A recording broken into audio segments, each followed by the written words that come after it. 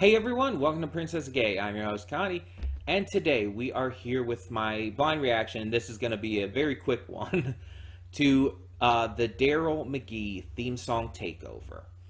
So this was just released, and yeah, like I said, this is going to be a very short reaction because it's like less than 2 minutes long. But excuse me, excuse excuse me. Sorry about that. Something in my throat. Um, but I have reacted to the other Ghost and Mile McGee theme song takeovers and just a few other theme song takeovers and all as well. I kind of feel like I have to at this point. I just do. Um, so I don't know exactly what the story of this is going to be, like why Daryl's going to be singing and all. But this was actually set up in the last one, in the Libby Stein Taurus one, because they talked about bringing the title thing over to across town for the next one. Like it actively set up that there was going to be another one coming, and pretty much everyone understood that it was going to be Daryl. And this ended up being confirmed as well because there's like I guess a list of future theme song takeovers that was released, and Daryl was like one of the ones coming up. So yeah, and here it is. uh with Daryl's, I'm expecting something regarding his entire business aspect, I guess you could say. The fact that he, can get pretty much anything for anyone. That's been covered in a few episodes. He even helped Atomic Pink get some stuff when they were in town. The second time they were in town. Um, yeah, he's got his little hustles, so I'm expecting to see that. I'm expecting to see his kind of sarcastic sense of humor and whatnot, and his playful banter. And obviously with Michaela Dietz voicing, I'm sure she's going to be singing and everything, doing the singing as well. Yeah, it's going to be interesting to hear because I don't think I've heard her sing outside of Steven Universe. So it's like it's like I already like think of her like for Amethyst and everything. But it's like, am I just gonna hear Amethyst singing here? I don't know. Because Daryl's voice is slightly different from Amethyst's. It's very similar, but there's also some slight differences that make them stand out. Um, I would say V from Owl House is more similar to Amethyst, but I'm also like V. I don't think ever sang either. In fact, because Owl House wasn't really a musical, but like didn't even like sing to herself or anything. But yeah, so I'm interested. I'm interested to see what they do with this. Um, yeah. And speaking of Owl House, there really hasn't been any Owl House theme song takeovers, has there? There's Amphibia ones, but I don't think there was really any Owl House ones, and that's disappointing. And now that the show's over, I don't know if they're going to do any. Probably not. That really sucks. I would love to hear an Amity theme song takeover. Or Ida, or The Collector. I mean, there's obviously a lot of choices there. Hell, give one to Basha. That would be fun. But yeah, it's like I don't think any are happening at this point. But yeah, so this, even though it is so short, it will be linked in the description because it's Disney, if for no other reason. Copyright can be a bitch with them, and I just don't want to risk copyright at all, even nonetheless. So it would be redirected anyway. I know it's only a couple minutes. It's going to be on Breach and everything as usual, but it's what we have to do just to keep the channel safe. I don't want to lose another channel through this damn site because they don't understand copyright. But anyway, I'm not getting into all of that here. Let's go and check this out. So when the screen fades to black, pause this redirect and go to the description below. Follow the link to the reaction, and after you watch it, come back here to the redirect and resume play. because after Fades to Black and then fades back in, everything from that point forward will be my afterthoughts, and I guess contain spoilers for the theme song Takeover. So that being said, thank you so much for tuning in, and I will see you at the reaction. And we are back, and we'll begin with spoilers in 3, 2, 1, now. Told you that would be quick. I actually want to go back real quick to something here.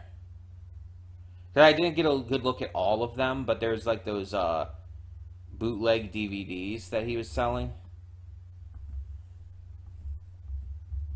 Because of course he was. I want to try to find that again here.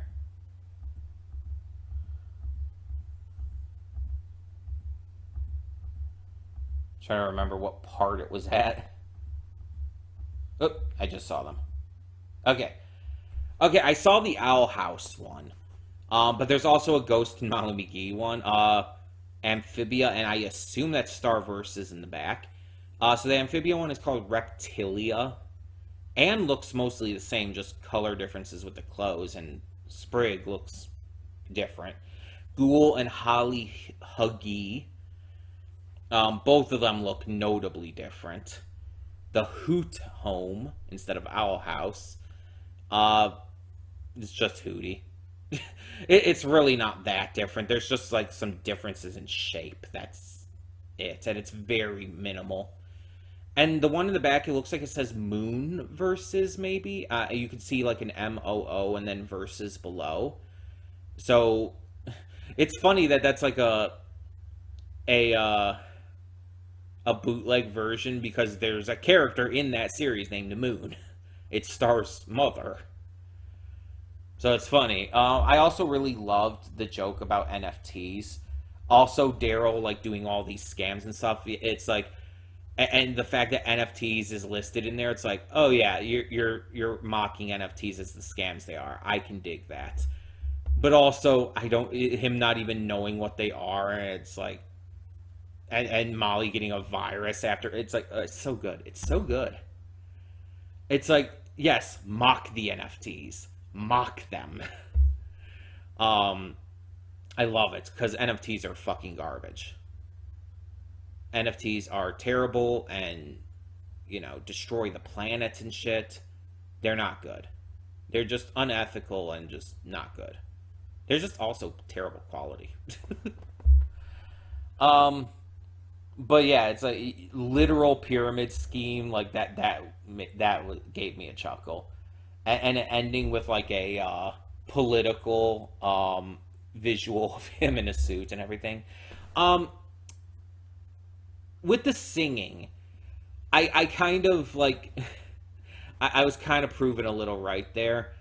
When Michaela Dietz voices Darryl, she's obviously trying to have like that kind of energy that you always hear when a female voice actress voices a young boy. It's always that kind of thing where it's like you try to like deepen and rasp your voice a little bit. It's like you see it in a lot of things. There are obviously exceptions, but in a lot of things when a female voice actress voices a boy, a young boy, it's always that same kind of thing. You could even say that about like Tara Strong with Ben 10. You could say that even to a degree about Nancy Cartwright and Bart Simpson. It's maybe not as heavy with her, but nonetheless, it's still there. It's like that's the kind of thing they go for the voice. And I mean, personally, I've always wished it's like, just get child actors. It's like, this just seems unnecessary. But I'm not saying that she's doing a bad job. It's just, it's a very typical voice. And what I'm saying this for is because when singing, it shifts notably. There's certain parts during the song where she's obviously trying to keep up the like more boyish voice, but there's other parts where it completely disappears, and it just sounds like Amethyst, or even just like less raspy and everything than that. Because Amethyst has a rasp to her voice as well. But there's some points where it's like just the entire facade of a character voice kind of just disappears. And it's noticeable. It's noticeable and it sounds more standardly, stereotypically feminine. And there's nothing wrong with that necessarily. In fact, not at all. It's just it's notable that the voice changes at multiple points in the song. It fluctuates in how it sounds, and it's impossible to miss. You recognize it right when it happens instantly, every time it happens, and it's it's a little annoying, admittedly. Um, but yeah, yeah. So it's it's very well done, very interesting, and a lot of the humor in it is obviously great. That the voice changing would be my only real issue. Like I'm wondering if they could have maybe done another take, tried to like get that a little bit because again, it was very noticeable every time it changed. Like there were points where it's like, oh, it sounds like Darryl singing, and then it just like a second later, it's like that doesn't sound like Darryl at all. It sounded excessively different. Um, it just, I guess, depended on the line and everything and how Michaela delivered it. And again, it's nothing against Michaela. Like she did a great job. It's just, I feel like maybe when singing, it was hard to keep up the voice. That's the only thing I'm thinking of. It is like hard at certain points to keep up the voice with how the song goes and all, and the lyrics and just how it was needed to be done. That's my guess, but obviously I don't know for sure. Obviously, it's just a guess.